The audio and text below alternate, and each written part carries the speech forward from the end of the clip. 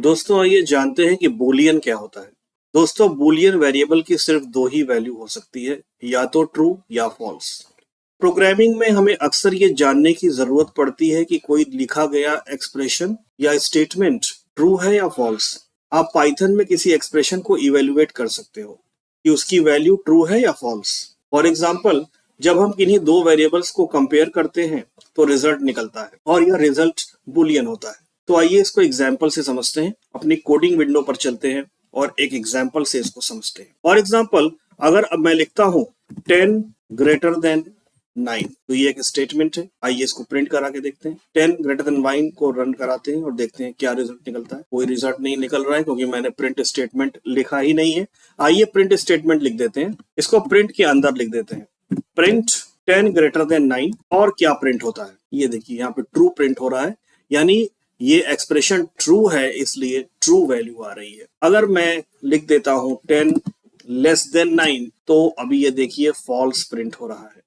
तो ये 10 greater than 9 या 10 लेस देन 9 ये कैसा स्टेटमेंट है? ये बूलियन स्टेटमेंट है जिसकी वैल्यू या तो ट्रू होगी या तो फॉल्स होगी। 10 इक्वल टू 9 अगर मैं कर दूं इक्वल इक्वल कंपेयर करने के लिए, तो भी फॉल्स ही रिजल्ट आएगा। ये देखिए यहाँ पे फॉल्स आ रहा है। तो इस तरह से हमने देखा कि बूलियन एक्सप्रेशंस क्या होते हैं और उनकी वैल्यू को कैसे प्रिंट कराया जाता है और इनका यूज कहाँ पे होता है। तो दोस्तों बूलियन एक्सप्रेशन का यूज डिसीजन मेकिंग स्टेटमेंट्स में होता है, जैसे इफ एल्स, एलिफ, और लूपिंग कंस्ट्रक्ट्स में होता है, लूप्स में होता है, जैसे व्हाइल, फॉर लूप्स एटसेट्रा। तो एक मैं इफ एल्स स्टेटमेंट ले लेता हूं। इफ एल्स के माध्यम से आपको बताने की कोशिश मैं कर रहा हूं। पहले मुझे दो वेरिएबल्स लेने होंगे। a इज इक्वल टू मैंने 100 ले लिया और b इज इक्वल टू 33। अब इफ एल्स स्टेटमेंट देखते हैं। If a greater than b, print a is greater,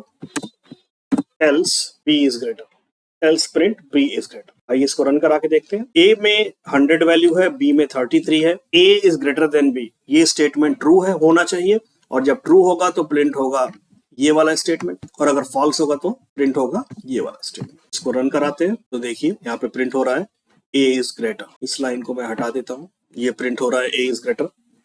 अभी मैं इसको अगर चेंज कर दूं, a लेस देन b कर दूं, तो a की वैल्यू 100 है और b की 33। a less than b falls हो जाएगा और b इज ग्रेटर प्रिंट होना चाहिए। ये देखिए प्रिंट हो रहा है b इज ग्रेटर। इसी तरह से इक्वल इक्वल कर दूं तो a b के बराबर नहीं है तो भी प्रिंट होना चाहिए b इज ग्रेटर। या तो पहला स्टेटमेंट ट्रू होगा या दूसरा स्टेटमेंट ट्रू होगा। इस तरह से कंडीशनल स्टेटमेंट एक्सिक्यूट होते हैं।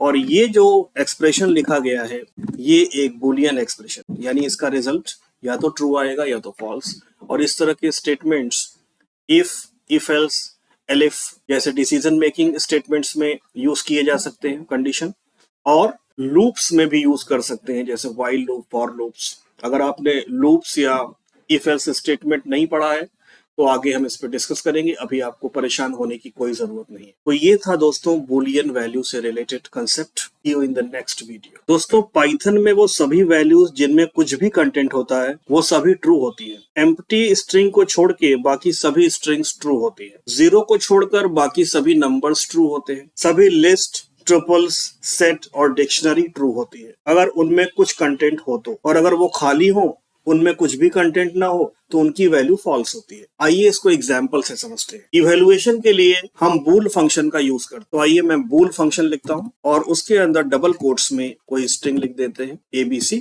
और चूंकि इस स्ट्रिंग ये एम्प्टी नहीं है और इसमें कुछ लिखा हुआ है तो इसका रिजल्ट ट्रू आना चाहिए। रिजल्ट नहीं आ रहा क्योंकि मैंने प्रिंट स्टेटमेंट नहीं लिखा है। प्रिंट के अंदर इसको लिख देते हैं, अभी ट्रू आना चाहिए। ये देखिए ट्रू आ गया, यहाँ पर रिजल्ट ट्रू आ रहा है। थोड़ा और एक्सपेरिमेंट करते हैं। यहाँ स्ट्रिंग वेरिएबल को हटा के मैं कोई नंबर लिख देता हूँ, फॉर एग्जांपल 321 लिख दें। अभी रिजल्ट क्या आता है, अभी वापस से ट्रू आ रहा है, यानी जो भी नंबर हो जीरो को छोड़ के सभी की वैल्यू ट्रू होती है बूलियन में। अगर मैं जीरो लिख दूं तो क्या होगा, ये देखिए यहाँ पे फॉल्स आ गया। न्यूमेरिक के केस में जीरो सिर्फ फॉल्स होता है और जितने भी नॉन जीरो नंबर्स हैं वो ट्रू होते हैं। अगर मैं माइनस नंबर लिखूं, -23 मैंने लिखा, -23, आइए देखते हैं क्या रिजल्ट आता है। ट्रू आ रहा है। तो सिर्फ जीरो के केस में फॉल्स आएगा, बाकी कोई भी वैल्यू अगर नंबर में आप लिखेंगे तो उसकी वैल्यू ट्रू आती है न्यूमेरिक के केस में। अगर मैं कोई डिक्शनरी लिख दूं, अंदर कोई लिस्ट लिख दूं, तो लिस्ट के केस में भी आइए लिख देते हैं 1 2 3, ये नॉन एम्प्टी लिस्ट है, इसके केस में वैल्यू ट्रू आनी चाहिए। और यही सभी लिस्ट, डिक्शनरी, सेट और ट्यूपल्स सभी के केस में यही होगा कि अगर हमारी ये जो डेटा टाइप्स हैं ये एम्प्टी नहीं है तो उस केस में ट्रू वैल्यू आती है, नहीं तो फॉल्स आएगा इसका रिजल्ट। तो बुलियन के केस में आपने ये भी देखा कि सभी नॉन जीरो जो वैल्यूज हैं, नल वैल्यूज जो होती हैं वो फॉल्स होती हैं, और न्यूमेरिक के केस में जीरो को छोड़ के बाकी सभी वैल्यूज ट्रू होती हैं। स्ट्रिंग में सिर्फ नल फॉल्स होता है और बाकी जितने भी नॉट नल स्ट्रिंग्स हैं वो सभी ट्रू होते हैं। और लिस्ट, सेट, ट्यूपल्स और डिक्शनरी में अगर ये एम्प्टी है तो फॉल्स होगा, नहीं तो अगर नॉन एम्प्टी है तो ये ट्रू होगा। अभी आपने लिस्ट, डिक्शनरी, सेट और ट्यूपल्स के बारे में अगर नहीं पढ़ा तो परेशान मत होइए, आगे चल के इस पे एक डेडिकेटेड वीडियो है जिसपे हम लोग काफी डिटेल में डिस्कशन करेंगे।